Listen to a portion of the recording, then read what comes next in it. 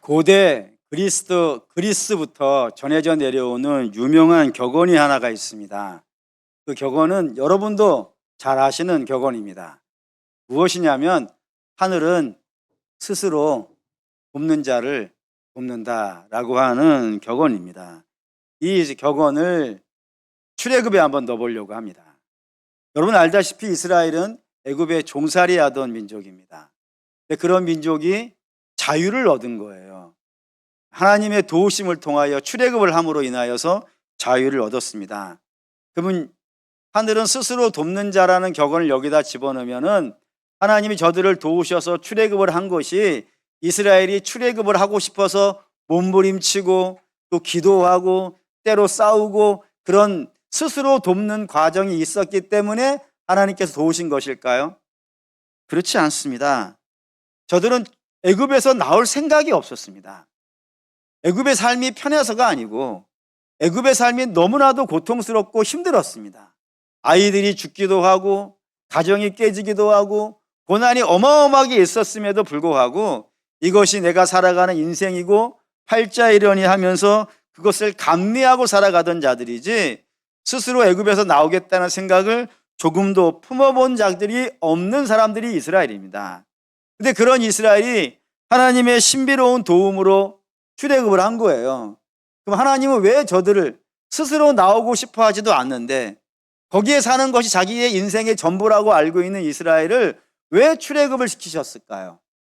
두 가지 이유 때문이라고 성경이 우리에게 알려줍니다. 첫 번째는 저들이 불쌍하기 때문에 그 고생하는 것이 너무 불쌍해서 출애굽에 시켜주신 거로 돼 있고, 두 번째는 그 이스라엘의 조상인 아브라함과 이삭과 야곱에게 약속한 것이 있다 이겁니다. 그러니 저 주어가 다 뭐겠어요? 불쌍히 여기는 자가 누구예요? 하나님. 조상들에게 약속하신 이가 누구예요? 하나님. 그러니 이스라엘이 출애굽을 한 것은 이스라엘이 스스로 도왔기 때문이 아니라 하나님의 절대적인 주권의 은혜로 말미암아 저들이 출애굽을 했다라는 겁니다. 그래서 우리는 이것을 은혜라고 부릅니다. 하나님이 홀로 다 하신 것이기 때문에 은혜라고 부른다 이겁니다. 그런 하나님의 무한하신 은혜로 말미암아 출애굽한 이스라엘은 이제부터 어떻게 살아야 될까요, 여러분? 자기가 나오려고 원하기는 하지만 나올 수 없고 나올 생각도 못한 자들을 하나님의 은혜로 말미암아 자유를 얻었으니 이제 어떻게 살아야겠냔 말이에요. 세상을 따라 살 수는 없는 것 아니겠어요? 이제 저들은 세상을 따라 살아가는 자들이 아니라 하나님의 말씀에 순종하며 살아가는 그런 백성들이 돼야 된다 이겁니다. 그래서 하나님이 두 가지를 주시는 거예요. 하나는 하나님 말씀대로 살아야 되니까 뭐를 줘야 돼요? 항상 답을 드리고 질문을 하는데도 불구하고 답을 못 맞히시는 것은 어떠한 의도가 있는 건가요? 하나님의 말씀을 답을 해봤네. 뭐를 줘야 된 거예요? 말씀을 줘야지. 말씀을 줘야 말씀을 대로 살 거 아니겠어요? 말씀도 주지 않고 살라고는 할 수 없는 것 아니겠습니까? 말씀을 주셨어요.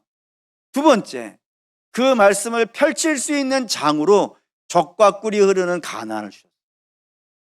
최적의 장소를, 그 말씀을 실천할 수 있는 가장 좋은 장소를 저들에게 줘가지고 주의 말씀대로 살라 한 것입니다. 그런데 사람 참 특이해요. 사람이 참 특이한 게 뭐냐면 이런 이야기 있죠. 사람은 화장실 갈 때와 올 때가 다르다고요. 화장실 갈 때는 언제예요? 아쉬울 때. 아쉬울 때는 순종하며 살겠다고 하나님께 약속을 한 거예요. 화장실 나올 때는요, 더 이상 아쉽지 않은 거예요. 나의 아쉬움이 해결이 되어진 거예요. 그러자 하나님 말씀대로 살아가는 것은요, 잊어버리더라 이거. 어떻게 살라 그래요?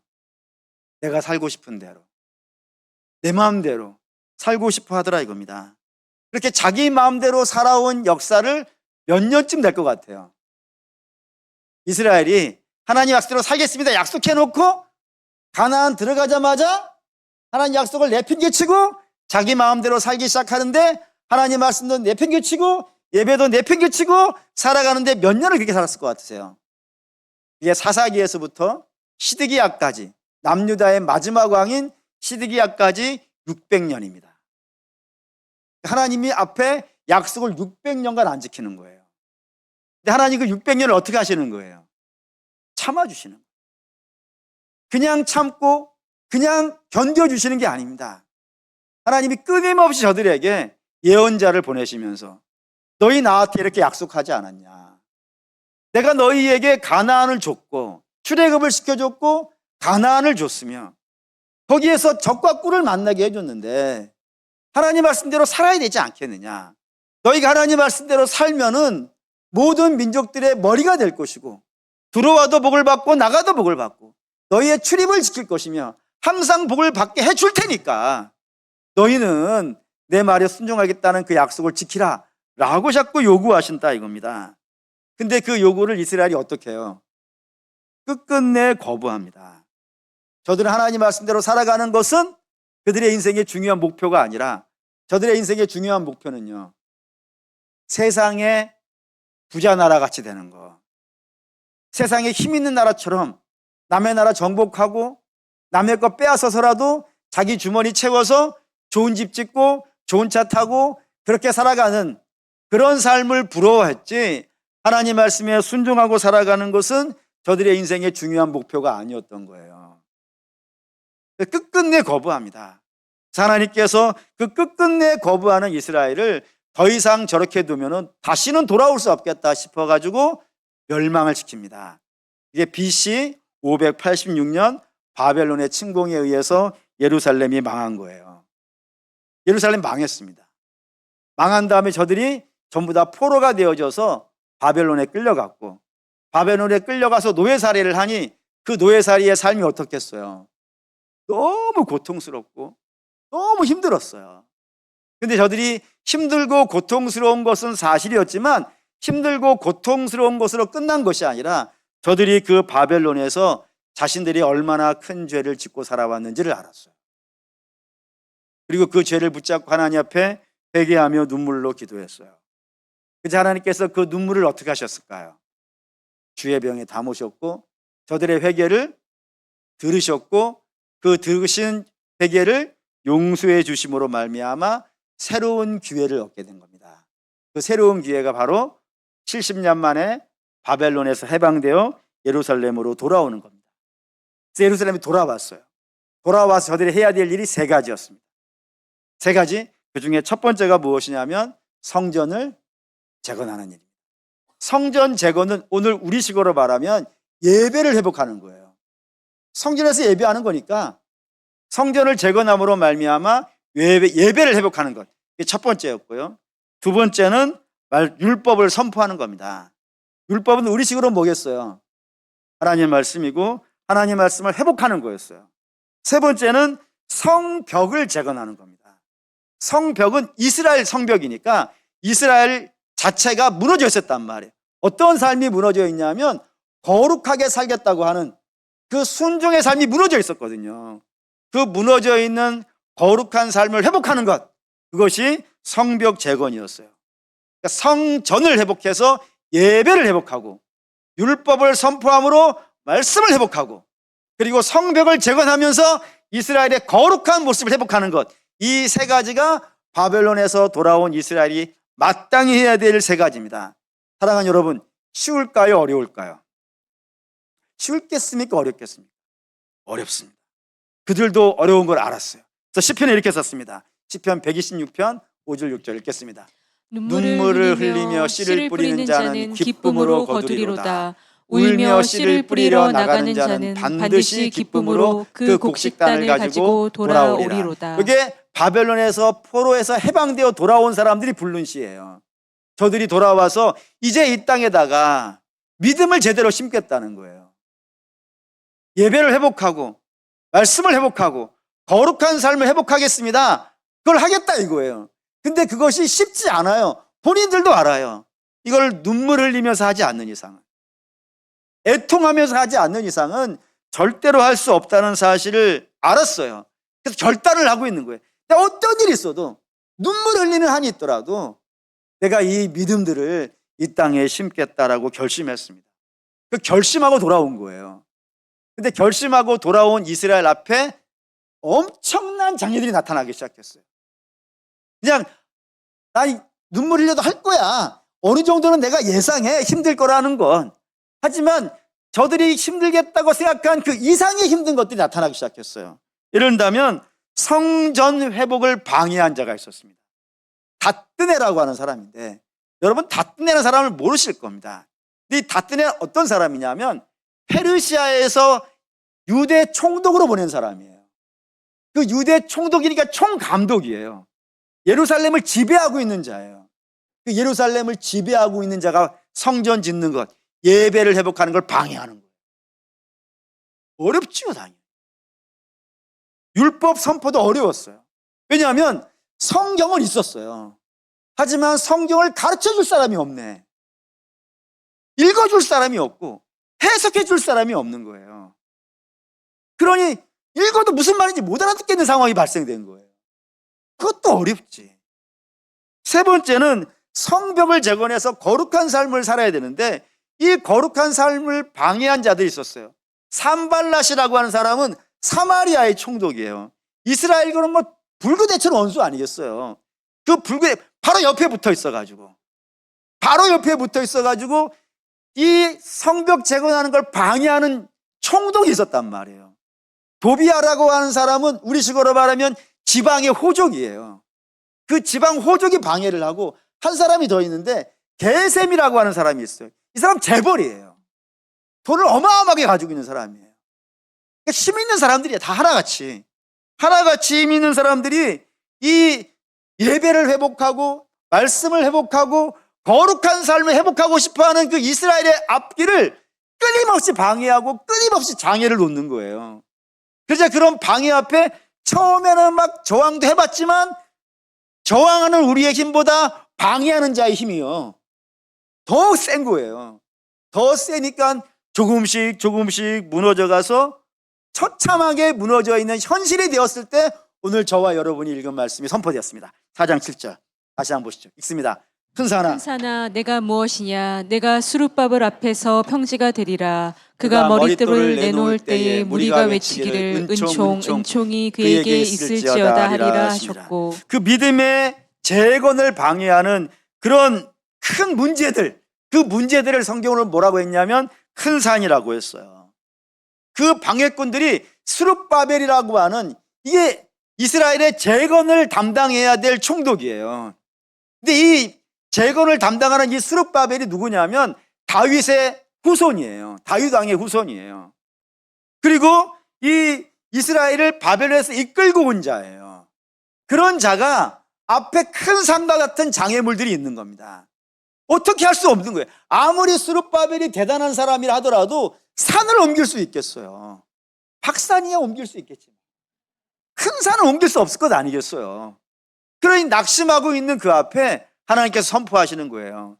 스룹바벨아, 너 겁내지 마라. 두려워하지 말라.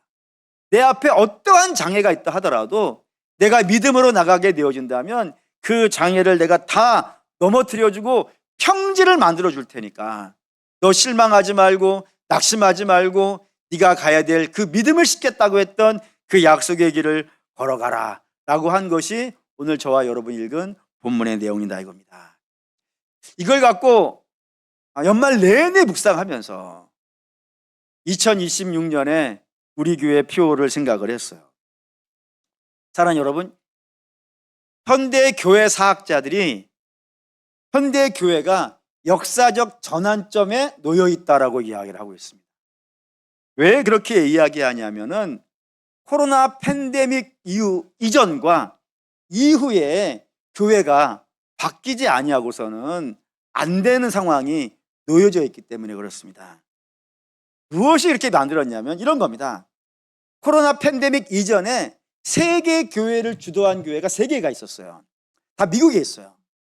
하나는 어떤 교회냐면 빌 하이블스라고 하는 목사님이 세우신 윌로우 크릭이라고 하는 그런 교회가 하나가 있고, 또 하나는 릭 워넬이라고 하는 분이 세우신 세들백 교회라는 곳이 있고, 세 번째는 조엘 오스틴이라고 하는 목사님이 있어요. 이 조엘 오스틴 여러분도 아마 아시는 분도 있을 거예요. 긍정의 힘이라는 책을 썼던 조엘 오스틴 목사님이 하는 레이크우드 교회라고 하는 교회가 있습니다. 이 교회가 당시에 코로나 이전에 세계 교회를 주도했던 세계의 교회라고 되어져 있어요. 그중에 가장 장자로 알려져 있는 교회가 빌 하이벌스가 세운 윌로우 크릭이라는 교회였습니다. 이 교회가 어떠한 모토로 이 목회를 하고 있었냐면은 대중 친화적인 교회를 만들어야 된다라는 생각을 갖고 있었어요. 목사님 자체가. 그래서 무엇을 했냐면은 교회에서 십자가를 치웠어요. 대중들이 불편해하니까 십자가를 치웠어요. 종교적인 기독교의 상징들을 다 치웠어요. 마치 교회를 가면 대학 캠퍼스 같이, 교회 같지 않아요. 대학 캠퍼스 같이 그렇게 지어놨어요. 그리고 설교도 바꿨어요. 신학적인 교리적인 설교를 하지 않는 거예요. 대신 사람들의 삶에 유익되어지는 교훈이 되는 설교들을 하기 시작했어요. 그랬더니 교회가 어떻게 됐겠어요, 여러분? 어마어마하게 들었어요. 얼마가 들었냐면 25,000명이 모였어요. 몇 명이 시작한 교회였어요. 몇 년이 안 되어서 10,000명이 넘었고, 코로나 이전에는 25,000명까지 모이게 된 교회라고 되어 있어요. 이게 하나의 모델이 돼버린 거예요. 그 뒤에 리건이라는 분이 일어나서 새들백 교회라고 하는 걸 시작하는데, 이분은 뭘 했냐면 그 새들백이라고 하는 백인 주도 사회거든요. 그 인근 주민들에게 여론조사를 했어요. 어떻게 여론조사를 했냐면 당신이 교회를 가지 않는 이유가 무엇입니까? 물어봤어요. 대답하신 분들이 있지 않겠어요. 그 대답한 분들이 뭐라 그랬냐면은 오르간 연주가 나는 싫다라고 한 거예요. 그래서 오르간을 치웠어요. 그리고 밴드를 만들었어요. 밴드가 나쁘다는 게 아닙니다. 사람들이 싫어하니까 밴드를 놓은 거예요. 또 뭘 했냐면은 정장 차림으로 설교하는 것이 부담스럽다는 거예요. 그래서 목사님이 반바지를 입고 나와 설교를 했어요. 한번 입어볼까? 어쨌든 세 번째는 뭐냐면 긴 설교가 싫다 그래서 설교를 25분으로 줄였어요. 사람들이 좋아했을까요? 안 좋아했을까요? 어마어마하게 좋아했어요. 이게 얼마 지나지 않아서 3만 명이 되었어요. 레이크 우드 교회는 긍정의 힘? 다 긍정이 아니겠어요. 동시에 16,000명이 예배 드릴 수 있는 예배당을 지었어요. 모든 예배 시간마다 16,000명씩 쌓이는 거예요. 그런 교회가 되어졌어요. 그래서 저도 그 교회가 사실 굉장히 궁금했죠. 코로나 이전에는 제가 대학원 다닐 때였는데 그때 제가 이제 이 새 교회를 가지고 교회 성장이라는 논문을 썼어요. 당시에 우리나라 목사님들도 안식년이 되어지면 다 이 교회를 갔어요. 다 가서 보고 오고 경험해보고 왔는데 저는 더 당연히 대학원생이니까 가지는 못하고 책을 통해서 논문을 썼습니다. 그 정도로 대단히 열광적으로 많은 분들이 좋아했던 교회였어요. 근데 그 교회들의 최근 동향에 대한 보고서를 최근 봤어요. 그 내용 이런 거 있더라고요. 2007년쯤 되어져 가지고 윌로우 크릭을 운영하던 비라이모스 목사님이 지금 당신의 교회가 좀 이상하다는 느낌이 들었다는 거예요. 그래서 외부 전문기관에게 의뢰를 한 거예요. 우리 교회를 좀 진단해 달라라고 요구를 해서 진단을 한 거예요. 그랬더니 놀라운 일이 있었어요. 그게 뭐냐면 성도들이 교회에 와서 영적인 만족을 얻지 못한다는 거예요. 교회를 오기는 왔는데 내 삶이 영적으로 채워지고 있는가? 라는 근본적인 회의를 갖더라는 겁니다. 어떤 분들은 교회를 왔는데 내가 신자라는 느낌이 드는 것이 아니라 소비자라는 느낌이 들더라는 거예요. 그런 생각들이 들더라는 겁니다. 그런 이야기를 들으면서 빌리 하이벌스 목사님이 내가 뭔가를 좀 잘못했구나 생각해서 목회의 방향을 옮기려고 했는데 옮기지를 못한 거예요. 왜냐하면 그것이 하나의 성공 모델이 되었거든요. 미국의 전역에 있는 교회들 중에 상당수의 교회들이 그 교회의 모델을 따라서 그런 식의 사역들을 해가고 있었던 거예요. 그리고 그런 사역을 하는 교회들마다 잘 된 거예요. 솔직히 말하면은 많은 사람들이 모였고 재정도 엄청나게 쌓였고 교회는 뭐 100억 200억 이런 식의 건물들이 세워져 가니까 성공한 모델이 되어졌기 때문에 옮길 수가 없는 상황이 된 거예요. 다 그쪽 방향으로 가고 있었단 말이에요. 그러다가 2020년 코로나가 터진 겁니다. 팬데믹이 되었고 모임이 금지되어졌어요. 당연히 교회도 문을 닫고 사람들이 모이지 않은 거예요. 얼마 지나지 아니하면 다 돌아올 거라고 생각을 했습니다. 다 돌아올 거라고 생각을 했어요. 이 잠깐 멈추는 거예요. 항구적으로 멈춘 게 아니라 잠깐 멈추는 거라고 생각했어요. 그런데 문제는 팬데믹이 끝나고 나서 성도들이 돌아오지 않더라는 거예요. 새드빌 교회는 3만 명이 모였었는데 지금은 15,000명밖에 모이지 않는 교회가 됐고, 물론 15,000명도 많긴 하겠지만 3만 명의 반이 사라진 거 아니겠어요. 그리고 지금도 계속해서 줄어가고 있다라고 그러고, 윌로우 크릭은 25,000명이 예배를 마지막에 드렸었는데 지금은 7,000명 정도가 예배를 드리고 있다고 하고, 레이크우드 교회는 16,000명이 동시에 예배를 드렸었는데 그 공간을 대부분 다 폐쇄하였다고 되어 있습니다. 왜 그렇게 됐을까요? 왜 그렇게 됐을까요? 묵상하는 중에 이 말씀이 떠올랐습니다. 마태복음 7장 24절 27절 읽겠습니다.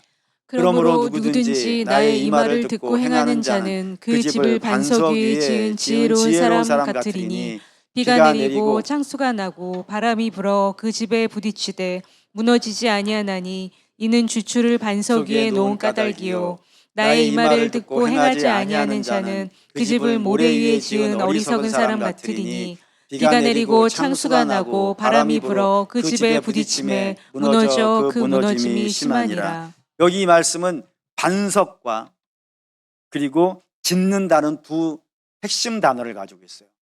반석과 짓는다, 이 두 가지 중에 어느 것에 이 말씀에 초점이 있을까요, 여러분?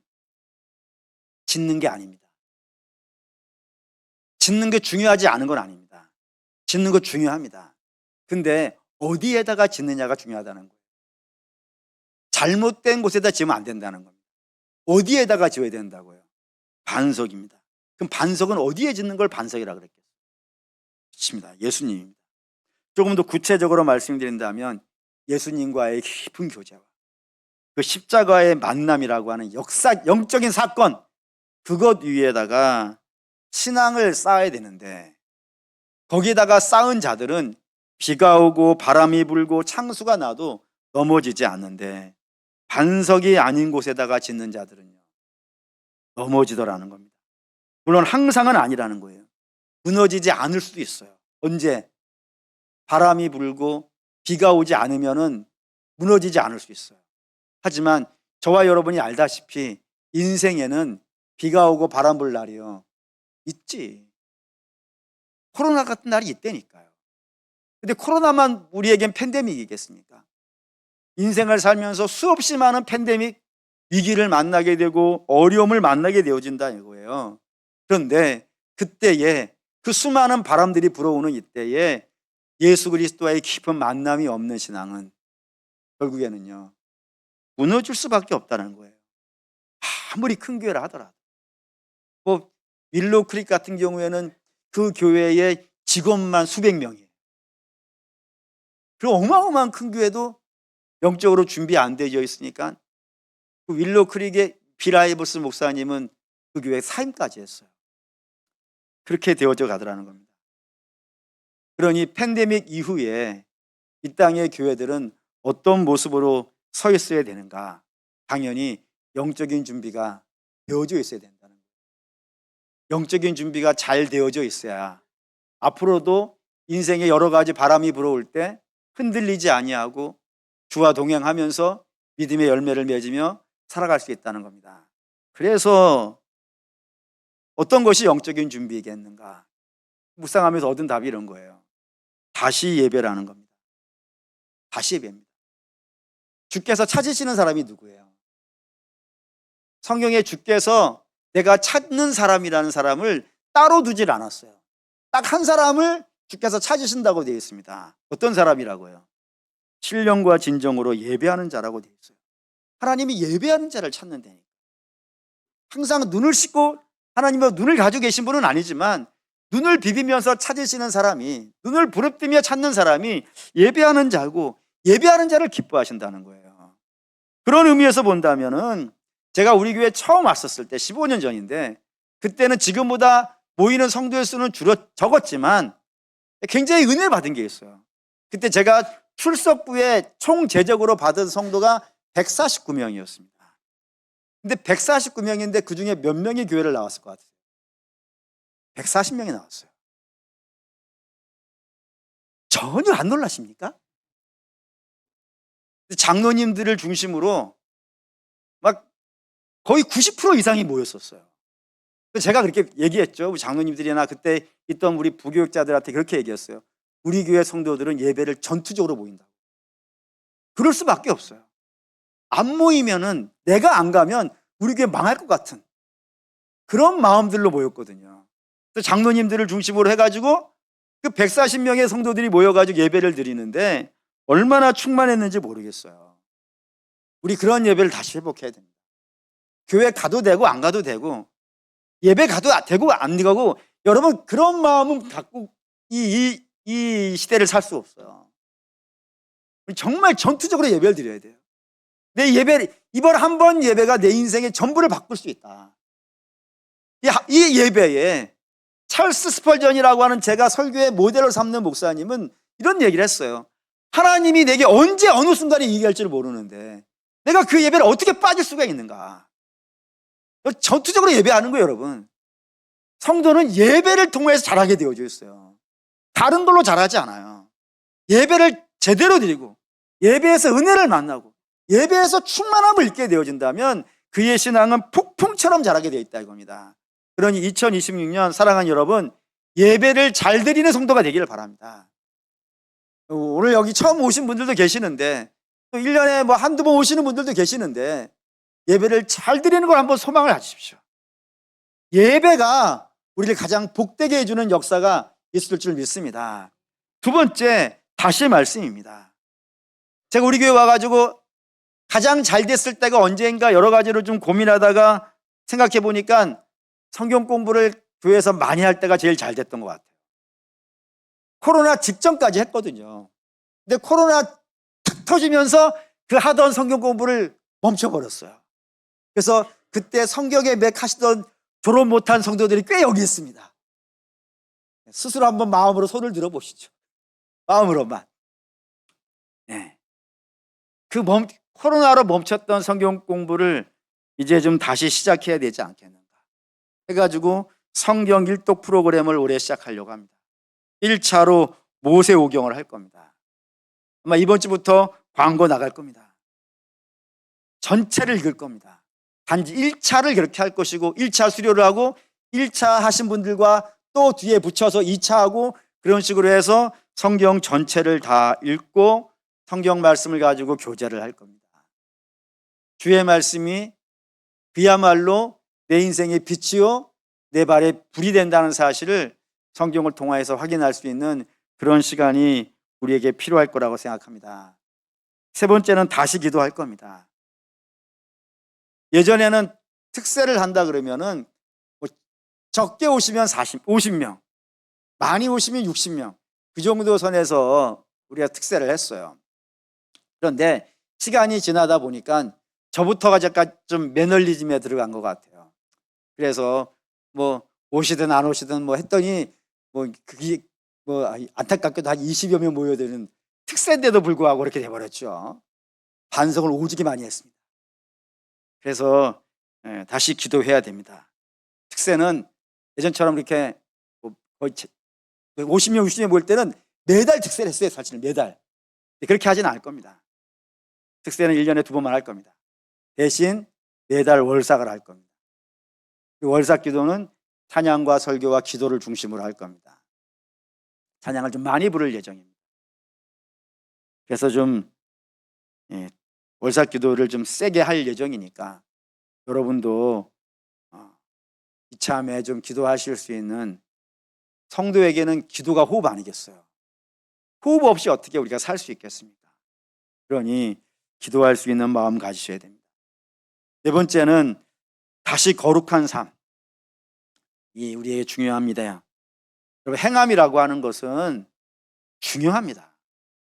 제가 복음을 많이 이야기하니까 간혹 어떤 분들이 목사님은 행함을 중요하게 여기지 않는가 봅니다 라고 물으시는데, 아닙니다. 행함은 무척 중요합니다. 단 행함이 믿음의 조건은 아니라는 거죠. 구원의 조건은 아니라는 것이지, 행함이라고 하는 것은 믿음의 결과예요. 다시 말해서 믿음이 있으면 당연히 뭐가 있어야 되는 거예요. 행함이 나와야 돼요. 행함이 없다 그러면 믿음에 문제가 생긴 거란 말이에요. 저는 지금 믿음을 쌓기 위해서 믿음의 조건인 은혜를 이야기한 것이고, 은혜가 들어와서 믿음이 시작되었으면 당연히 뭐가 나와야 되는 거예요. 행함이 결과로 나와야 돼요. 마치 이런 겁니다. 그 아이가 시험을 오지게 못 봤어요. 그러면 엄마가 그 아이를 호적에다 파겠습니까? 안 파겠습니까? 물론 협박을 합니다. 이번 시험 빵점 맞아오면 넌 호적에서 팔 거야 라고 협박은 하죠. 협박은 하지만 실제로 호적에서 파요, 안 파요? 안 파지. 그 아이가 알았어. 아, 엄마가 저렇게 하는 건 협박이야. 그러니 결국 호적이 안 파. 호적이 안 팔 거니까 나 이제부터 공부 안 해. 이런 아이를 보셨습니까? 엄마의 사랑을 모른다면 그럴 수 있지. 엄마의 사랑을 안다면요. 내가 공부 안 해가지고 엄마의 마음을 아프게 했어야 되겠는가? 내가 이번에는 빵점을 맞아왔지만 내가 다음에는 엄마의 눈에 눈물을 하지 않게 해야지 라고 하는 마음으로 1점은 받아오지 않겠어요? 그리고 다음에 2점 받아오고 그러다 어느 순간 100점 되는 거 아니에요, 여러분? 하나님도 마찬가지지 않겠습니까? 하나님이 나를 얼마나 사랑하시는지, 내게 주신 구원이 얼마나 값진지를 안다면 어떻게 세상과 더불어 막 살 수도 있겠어요? 불가능한 거 아니에요. 하나님이 나를 신자 되게 하기 위해서 뭐를 하셨는데요? 아들을 죽였는데, 아들을 죽이고 얻은 새 생명인데, 그런 종 누구든지 그리스도 안에 있으면 새로운 피조물이라. 이전 것은 지나갔으니 보라 새 것이 되었다고 했는데, 이제 새 것이 되어진 삶을 어떻게 다시 옛날의 삶으로 돌릴 수 있겠어요? 그러니 하나님의 사랑을 모른다면 모를까? 하나님의 사랑을 안다 그러면 이제 봉사도 하시는 것이고, 이제 헌신도 하시는 것이고, 이제 희생도 하실 수 있어야 돼요. 헌금도 누가 내라 그래서 내는 건 그거는 정말 온전한 것이 아니에요. 제가 왜 헌금 내란 말을 안 해요? 억지로 내라 그래서 내는 게 헌금이 아니고 은혜 받으면 내는 게 아니겠어요. 그렇게 하는 거예요. 은혜 받으면 할 수밖에 없어요. 하나님의 은혜를 받으면 하나님의 마음이 이런 것이구나 하는 걸 아는데, 내게 베풀어진 사랑이 어떤 것인지는 아는데 그 사랑을 받고 어떻게 옛날로 돌아갈 수 있겠어요? 더 주님과 교제하면서 성령의 열매가 내 삶에 열리는가, 이런 것에 대해서 마음 두고 살아야 되는 것 아니겠어요? 당연히 그런 마음에서 전도도 다시 시작할 거예요. 노방전도도 코로나 시작하면서 못했는데 다시 시작하면서 복음도 전하고 그런 일을 다시 다 진행할 겁니다. 물론 이 모든 일을 진행하는 데 있어서 성도 여러분들과 더 많이 소통할 것이고, 여러분과 더 많이 만날 것이고, 여러분과 더 가까이 지내면서 여러분의 의견도 듣고 여러분의 바람도 마음에 새기면서 우리의 이 회복해야 되는 것들을 다시 한번 새겨갈까 합니다. 그래서 2026년 우리 교회 표어는 다시 일어나 주께입니다. 다시 일어나 주께가 예배하고, 다시 일어나 주께가 기도하고, 다시 일어나 주께가 말씀 묵상하고, 다시 일어나 주께가 거룩한 삶을 살아가는 것, 이것이 우리가 이 땅에서 성도된 자로서 살아야 되는 모습이 아니겠는가. 이런 것들이 잘 되어져 있는 성도가 잘 살고 있는 것이고, 이런 것들이 잘 안 되어져 있는 성도가 지금 힘든 성도 아니겠습니까? 코로나 이후에 교회가 앞으로 주님 오실 날까지 잘 대비되어질 것인가 안 되어질 것인가 하는 건 영적으로 준비가 되어져 있는가에 의해서 결정이 될 겁니다. 누차에 말씀드리지만 제 소원은 우리 교회가 주님 오실 날까지요 있는 것 아니겠어요? 그러면 영적으로 준비하셔야 됩니다. 뭐 억지로 시켜서 할 수 있는 문제는 아니잖아요. 여러분들이 주 앞에서 첫 예배를 시작하셨으니까 1년 내내 예배하고 기도하고 말씀 묵상하시고 그 말씀에 순종하여 거룩한 삶을 살아가시는 저 여러분 되시기를 주의 이름으로 축원합니다. 아멘.